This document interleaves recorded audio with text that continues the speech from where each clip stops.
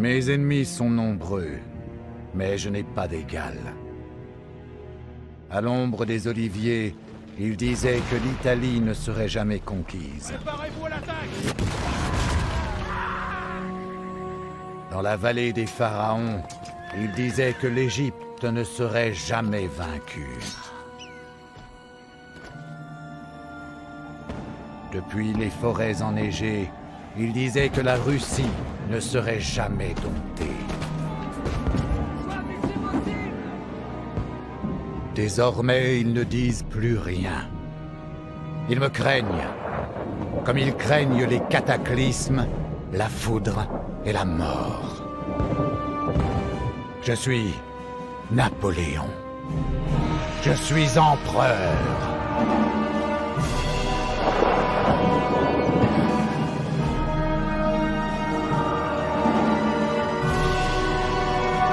Brûlez-le!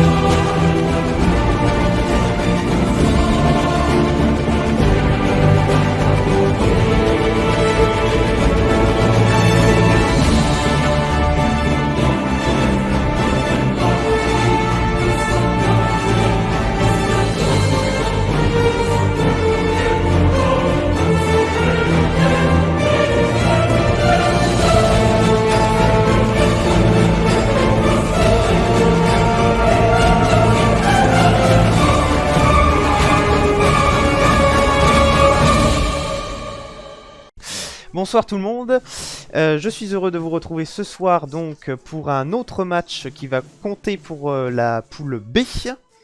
Je t'en prie GG. Bonsoir à tous et à tous, hein, bien entendu.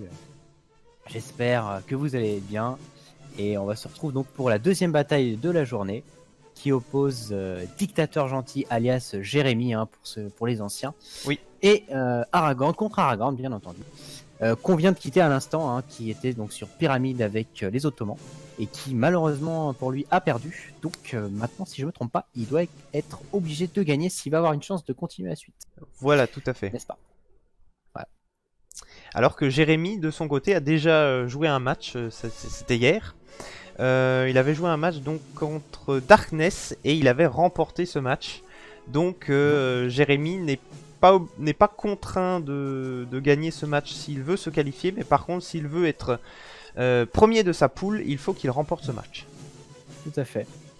Donc en fait c'est un match quand même assez important, hein. Clairement, puisque théoriquement les premiers sont les meilleurs, donc être deuxième ça veut dire c'est synonyme d'affronter un monstre au prochain tour, et ça c'est pas forcément le fun, hein. Voilà, oui. C'est pas forcément recommandé. Voilà. On est d'accord. Alors, au niveau donc de la carte, ils ont choisi colline prussienne. Alors, qu'est-ce qu'on pourrait dire sur cette carte? Alors donc, colline prussienne, c'est une carte avec en son centre une grosse colline, comme on peut le deviner dans le titre. Et donc en fait toute la stratégie va être soit de vouloir s'emparer et de garder pour avoir un avantage cette colline, donc pour être en hauteur, soit effectivement de faire une sorte de non-jeu en restant sur sa position initiale et en attendant que l'adversaire descende la colline et vienne à nous. On a également pas mal de place si on veut contourner sur les côtés. Donc à voir quelle stratégie ils vont mettre en jeu, sachant qu'au niveau des nations qu'ils ont choisies, donc à savoir la Suède pour Aragorn et le Danemark pour Jérémy, ça ne nous laisse pas vraiment deviner quel sera leur style de jeu. Alors, à moins que oui et non quand même, si, parce que bah, si. Dis-moi. Là, pour le coup, je t'ai laissé parler sur la carte et je vais un petit peu commenter les armées. Pour ce qui est de l'armée danoise et suédoise, ça reste quand même une armée plus. Ça c'est pas forcément des armées offensives. Peut-être un peu plus pour la Suède. Pourquoi? Parce que la Suède dispose de chasseurs à cheval qui sont pas mauvais au tir, hein, qui sont même très très bons au tir. Avec une life guard qui est pas trop dégueulasse. Donc avantage en termes de nation à la Suède légèrement, et à l'utilisation du coup également la Suède, hein, puisque le Danemark ça reste aller légèrement mieux pour le fixage grâce au C125, mais la cavalerie n'est pas exceptionnelle, l'infanterie c'est pareil, c'est pas non plus extraordinaire. Petit avantage pour la Suède, je dirais pour le moment. Ah oui, il n'y a pas photo, effectivement, la Suède, de mon point de vue, est une meilleure nation que le Danemark. Mais après, voilà, ça se joue au niveau des joueurs, et on a vu dans les matchs précédents que l'important c'était surtout effectivement la stratégie qui allait être adoptée par le joueur et l'expérience. L'expérience surtout en fin de match. Et donc là, pour le coup, je pense qu'on a un avantage pour Jérémy. Tout à fait, léger avantage Jérémy, parce que du coup je disais tout à l'heure, donc à la précédente bataille, je disais léger avantage pour Aragorn en fonction de la position et de l'armée choisie. Oui, enfin, oui. Là, pour le coup, encore une fois, Aragorn a l'avantage en termes de l'armée choisie. Est-ce qu'il va bien s'en servir? Voilà, ça, on va le voir dans quelques minutes. Hein. Exactement. Et du coup, je propose qu'on se retrouve tout de suite sur la partie. Après, voilà, je pense que tu as bien résumé. Colline Prussienne, c'est une map intéressante. Hein. Oui, tout à fait, oui. C'est, ouais. Qui est pas souvent jouée, je trouve. Mais moi, ce que j'aime beaucoup sur cette carte, c'est effectivement la colline au centre, mais un petit peu boisée, avec des petits endroits pour se cacher. C'est très intéressant. Il y a vraiment de belles stratégies à faire sur la colline. Vraiment pas mal. Quoi. Combien de temps dure un match? La question se pose. Alors, combien de temps? Ça dépend. On peut mettre une limite de temps, mais je ne crois qu'il n'y en a pas sur le tournoi. Alors, effectivement, oui, on n'a pas mis de limite de temps pour ce tournoi. Voilà, donc du coup, Narbolfi, la bataille peut durer 5 heures. Bon, je te rassure, en règle générale, moi, de mon expérience, les plus longues batailles que j'ai dû faire, ça devait être avec Flo une fois, on a dû faire 1h30, voire 2 heures. Mais c'était un cas vraiment exceptionnel. Le mec campait à mort et on avait galéré à le débusquer. Voilà. Mais ça avait duré 2 heures, mais ça valait le coup puisqu'on a gagné. Mais on avait mis du temps. Voilà. En règle générale, il faut compter une demi-heure, 3/4 d'heure. Oui, en règle générale, oui. Et après, donc, pour du coup, je dirais plutôt 20-25 minutes même. Voilà, oui. Oui, sur les compos très agressifs comme ça. Ouais.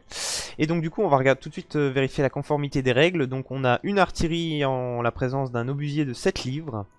Nous avons 3 unités donc de tirailleurs, à savoir 2 skieurs norvégiens ici. Et un troisième, ici. 3 skieurs, nous avons une lifeguard, 2, 3, 4 lifeguards, j'ai vu une milice. Ouais. Donc une milice, on rappelle, c'est une unité... ça sert à rien de grader la milice par contre. Ouais, mais à mon avis, je pense qu'il avait plus grand chose en trésorerie. Il a préféré grader la milice plutôt que de perdre de l'argent. Je pense. Donc on rappelle que l'unité de milice ne peut pas former le carré. Ouais. On a ensuite 2 dragons, donc qui sont des unités de cavalerie lourde, mais j'ai envie de dire plutôt moyenne en fait. Et un dragon léger. Donc cavalerie légère. Et Pas non, beaucoup de pardon, cavalerie, encore une deux, fois, hein, deux dragons cavalerie. légers.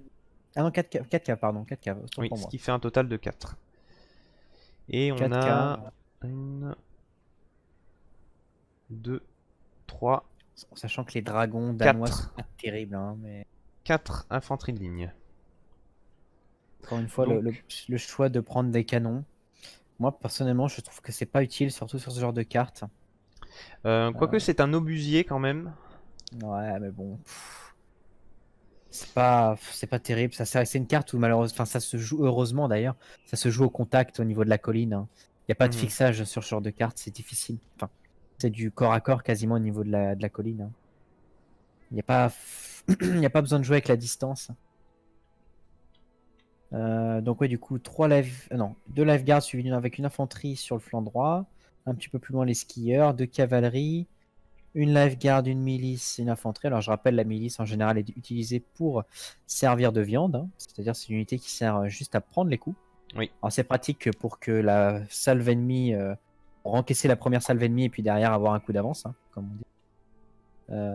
C'est assez pratique pour ça en fait. C'est une petite technique de vieux briscard, dirait l'autre, hein. 2 caves sur le flanc gauche, une life guard, une infanterie. Ouais. Allez, c'est parti, la bataille est lancée. Je vais regarder donc l'armée suédoise. Oui. Donc l'armée suédoise, sur le flanc droit de l'armée suédoise, on a une artillerie à 2 6 livres, hein, à cheval, suivi de un dragon, un hussard en couverture.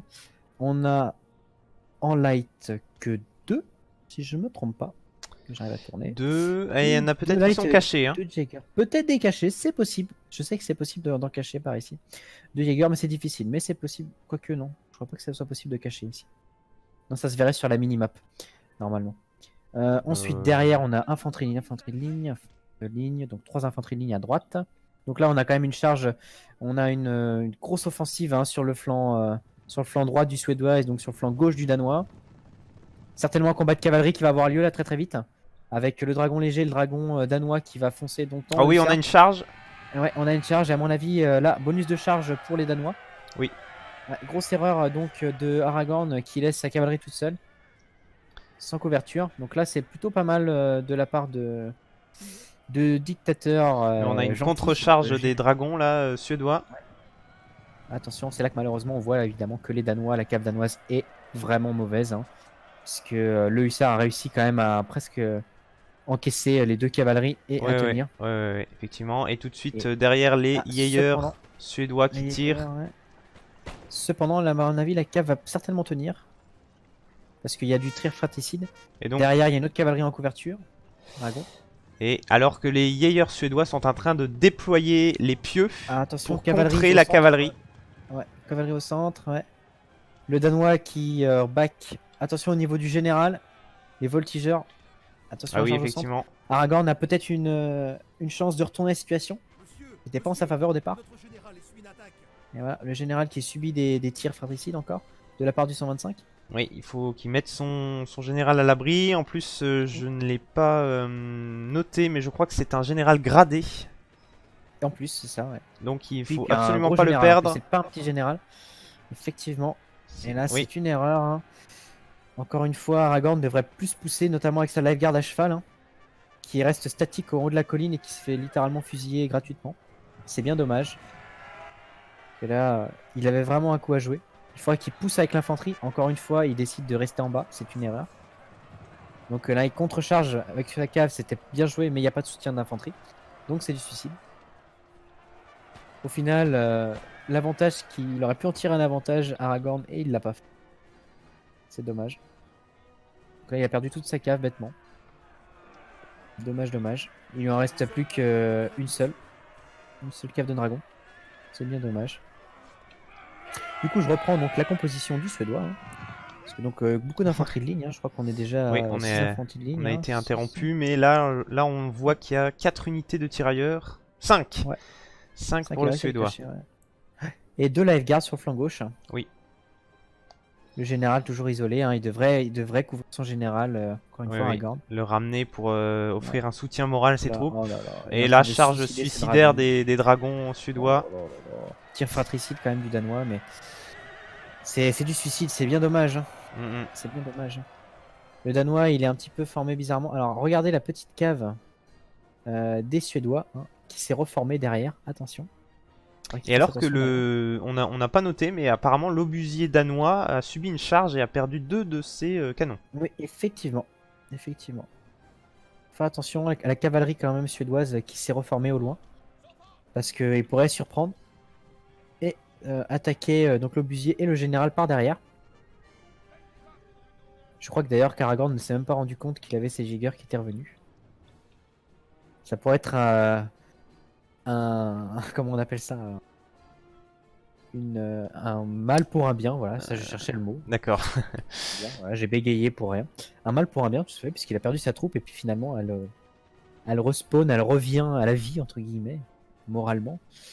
Encore Dans un faut-il endroit bien quand même l'utiliser. Tout à fait. Bah oui, mais là, regarde, sans le vouloir, il a presque encerclé, il pourrait presque vraiment faire beaucoup de dégâts. Hein. Le général, l'obusier, tout ça.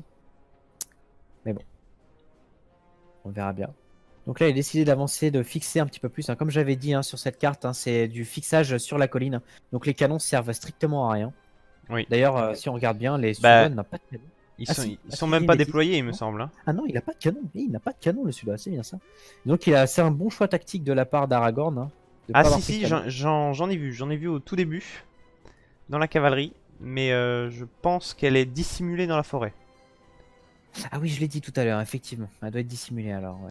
Oui, c'était une Effectivement. artillerie à cheval. Mais là, va me dire l'intérêt d'utiliser des canons là. Il y en a Oui. aucun sur cette colline. Aucun intérêt. Donc là, oula, charge de Jäger contre une Life Guard danoise au centre. Ouais. Le Danois est un petit peu isolé là, un peu. Enfin, du moins, il s'avance. Sûrement qu'il a donné l'ordre de tir, et donc du coup, les troupes se sont avancées pour pouvoir avoir une ligne de vue. Alors là, on peut observer quand même que le Danois cède la colline littéralement aux Suédois. Alors, est-ce qu'il va nous faire une Austerlitz? On va savoir ça bientôt. Hein. On n'apprend pas aux singes à faire des grimaces. On n'apprend pas au vieux singe à faire la grimace, exactement. Alors là, pour le moment, le combat se passe surtout au centre et à droite, hein, sur le flanc droit du Suédois. Et Très concentré. l'obusier, ah ça y est, qui vient à peine d'être déployé. Donc là, le Suédois quand même subit de sérieuses pertes au centre. Hein. On a donc la Life Guard qui a chargé l'infanterie au centre également. Mais bon, de l'infanterie contre de la Life Guard, en général, la Life Guard prend le dessus. Peut-être que le Suédois a un coup à jouer en contrebalançant sur son flanc gauche. Hein. Le flanc droit n'est pas encore perdu, le centre par contre lui est perdu. Hein. Donc il faut très vite que le Suédois, s'il veut s'en sortir, qu'il pousse à gauche. S'il veut avoir encore une chance infime de s'en sortir. Ou qu'il utilise sa cave qui s'est remise dans le fond de la map. Hein, par contre, effectivement, je me demande où est-ce qu'est passée l'artillerie du Suédois. Et surtout à quoi elle sert si elle reste dans les bois, pas bouger. Pas trop d'intérêt.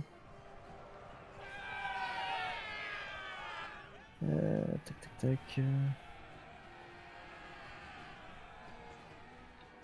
Oh, c'est un petit peu la débandade hein, quand même. Hein. Oui. Là, le Suédois quand même a pris très cher. Charge des tirailleurs suédois contre les autres tirailleurs norvégiens. Ouais. C'est L'infanterie se fait décimer. assez étrange. Le centre est perdu. Il y a une cavalerie danoise qui est en train de faire le tour. À gauche, il a poussé, mais il s'éternise dans les bois, malheureusement. Malheureusement pour lui. Et alors que le général suédois arrive en première ligne, et j'ai l'impression qu'il est en train de charger la ligne Effectivement. La ligne des Lifeguards en plus danois. Donc effectivement, c'était une c'est charge assez suicide. osé. C'était oui, très osé. La Lifeguard bien évidemment qui forme le carré. Général. Mais le général du coup en profite pour se faufiler et il attaque les canons et oui. Attention le petit coup de carré quand même. Donc il Il va a toujours réussir pas à... remarqué d'ailleurs le Suédois qu'il avait sa cave dans le fond. Hein, qui avait Ouais, effectivement. C'est une Le erreur, hein, incroyable c'est pas faire, hein. général suédois qui continue sa chevauchée dans les lignes danoises et qui vient charger le général Ça serait un danois. hold-up si le Danois mourait, hein, si le général danois mourait. Vraiment. Oui, alors il a le bonus de charge là pour le moment. Oh oui, oh là là, oui. Il vient 11 de tomber à 18, 11, 11 à 13, 9 à 13. 9 à 12. Alors que le danois quand même a un grade. Le général danois. Ouais, bon, on dirait pas. Hein. 8 à 11. Ouais, ouais, Ah, bah, ça y est, quand même. ils se sont pris la charge. Par contre, l'avantage Ouais. d'avoir un général gradé, tout ça, c'est que il apporte plus de morale. Par contre, quand il tombe, Et là, ça fait plus mal. ça fait très très mal. Ouais. C'est à double tranchant. Hein. Et donc le suspense est à son comble, mesdames et messieurs. Le duel des généraux. 7 contre 7, 6 contre 7. Ah ça y est, le Danois est en train de 6. reprendre l'avantage. Oui, ça y est, 5, le Danois 6. reprend l'avantage grâce au grade que vous pouvez voir sur l'unité. 5-5. Ah, non, Hein, ah là là, c'est tendu jusqu'au bout, c'est ça tendu va du jouer au slip. prochain mort là. Attention. Attention, C'est mesdames tendu et du slip. messieurs, le suspense est à son comble. 4 sur 5. Et c'est incroyable que le Danois ne l'ait... Ouais, Et voilà, ça y est. Et bah, le Danois est tombé. Hein, C'est quand même, un hein. hold-up, mesdames et messieurs. Ah On oui. était parti d'une charge suicide du général suédois sur une lifeguard danoise. Et donc il a continué sa charge sur l'artillerie. Et ensuite il a réussi à se faufiler jusqu'au général danois. Et il a réussi à le tuer. C'est incroyable, mesdames et messieurs. Cependant, ça ne fera certainement pas la différence. Hein, puisque Et le non, Danois a puisque beaucoup c'est- trop d'avance. Oui, oui, je crois que c'est trop tard. C'est peut-être pour ça d'ailleurs que que le Danois n'a pas réagi lorsque son général s'est fait attaquer, puisqu'il était en train de massacrer l'armée suédoise autre part. Effectivement, de tous côtés, le Suédois est pris à partie et est en train de se faire vaincre. Effectivement. Ouais, c'est en train de céder. Hein. On peut voir qu'il n'y a plus beaucoup de troupes hein, alignées. Un vrai massacre. Hein. Ce qui s'est passé, c'est que Aragorn a trop attaqué seul, sans soutien, contre plusieurs infanteries, malgré qu'il avait la hauteur. Hein. Il aurait dû conserver cet avantage d'avoir la hauteur et de fixer en fait. Parce que au niveau du fixage, il avait quand même un avantage conséquent. Parce que les troupes sont un petit peu mieux au niveau du fixage. Hormis les 125, mais... Et voilà, donc c'est une défaite avec un Grosse score défaite, sans appel. Grosse Sans défaite pour appel. Aragorn. Donc on voit que c'est plus du double Ah oui, ça fait mal, hein. en termes de kills, oui, oui, oui. Ah ouais. Ouais. Et j'ai envie de dire sans trop de surprise, hein, puisque tout à l'heure, c'est pareil, j'avais dit qu'il avait l'avantage au niveau de la compo sur Pyramide, et pourtant, voilà, on a vu ce qui s'est passé. Il est pas à l'aise dans ses déplacements, il y a de l'initiative, mais elle n'est pas soutenue en fait par de l'infanterie. C'est souvent du massacre en fait. C'est bien d'attaquer, mais il faut toujours Mhm. avoir un support, sinon ça sert à rien. Oui, et donc, ouais, donc pour conclure, on peut dire que malgré le fait qu'on avait un avantage au vu de des nations choisies pour Aragorn, mais en termes d'expérience, et on a vu encore une fois que c'est ça qui a primé. Donc c'est Jérémy dictateur gentil, qui a remporté donc ce match haut la main. Tout à fait. Et Tout à pour fait. justifier effectivement le choix peut-être du Danemark, qui n'est pas une très bonne nation. Voilà, ce qu'il faut savoir, c'est que Dictateur Gentil est l'un des favoris de ce tournoi, et donc du coup forcément il a voulu préserver les grandes nations pour la suite du tournoi. Exactement. C'est exactement ça, hein, parce que c'est vrai que quand on regarde comme ça, tu dis oh là là, depuis tout à l'heure, on voit que des nations un petit peu bizarres, des nations que personne n'irait prendre, surtout pour une compétition. Mais effectivement, il vaut mieux commencer par des nations assez faibles, ou du moins difficiles à jouer, et finir par des nations où on se sent plus à l'aise dans les phases finales, ça c'est sûr et certain. Donc ça promet des très beaux combats, je dirais, dès les 8e, je pense. Et après, les quarts, tout ça, ça promet que des beaux combats. Effectivement, Avec des de belles belles nations. affiches. Voilà, exactement. Bon, et ben très bien. Je te laisse le mot de la fin du coup. Oui, merci. Il me reste donc à vous remercier, donc à remercier tous les téléspectateurs de nous avoir suivis pour cette nouvelle partie qui comptait donc pour la poule B. Nous avons encore, je le rappelle, donc un match qui est prévu ce soir à 20h30, qui opposera donc Duc alias Mortier des AIF à Dictateur Gentil. Donc toujours pour la poule B. Et bien en attendant, je vous dis, je vous souhaite le bonsoir. Bonne soirée et à tout à l'heure. À tout à l'heure.